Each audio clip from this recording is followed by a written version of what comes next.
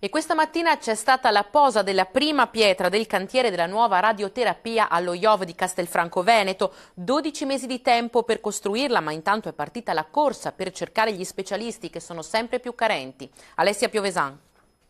Un ospedale nell'ospedale per la cura del cancro è stata definita così la nuova radioterapia che verrà costruita alla sede di Castelfranco Veneto dello IOV, l'Istituto Oncologico, fino ad ora sprovvista qui di questa prestazione. I 3.000 pazienti seguiti ogni anno venivano orientati per il trattamento a Padova o Treviso. 30 milioni di investimento, fondi regionali, 15 per l'edilizia, 15 per i macchinari sono già stati destinati. Tempo 12 mesi, così dice il contratto. I muri della nuova struttura dovranno essere in piedi.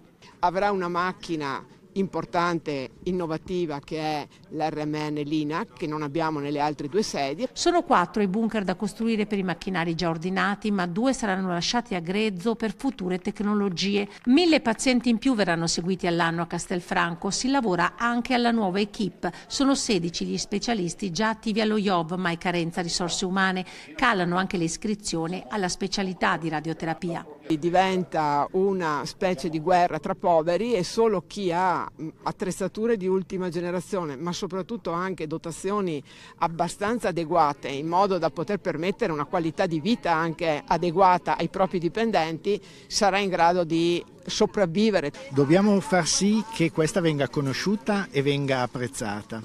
E occorrebbe far sì che anche la professione diventasse il più attrattiva possibile. Intanto a Castelfranco si teme che l'ospedale generalista perda posti e il comune ne chiede di dedicati ai cittadini.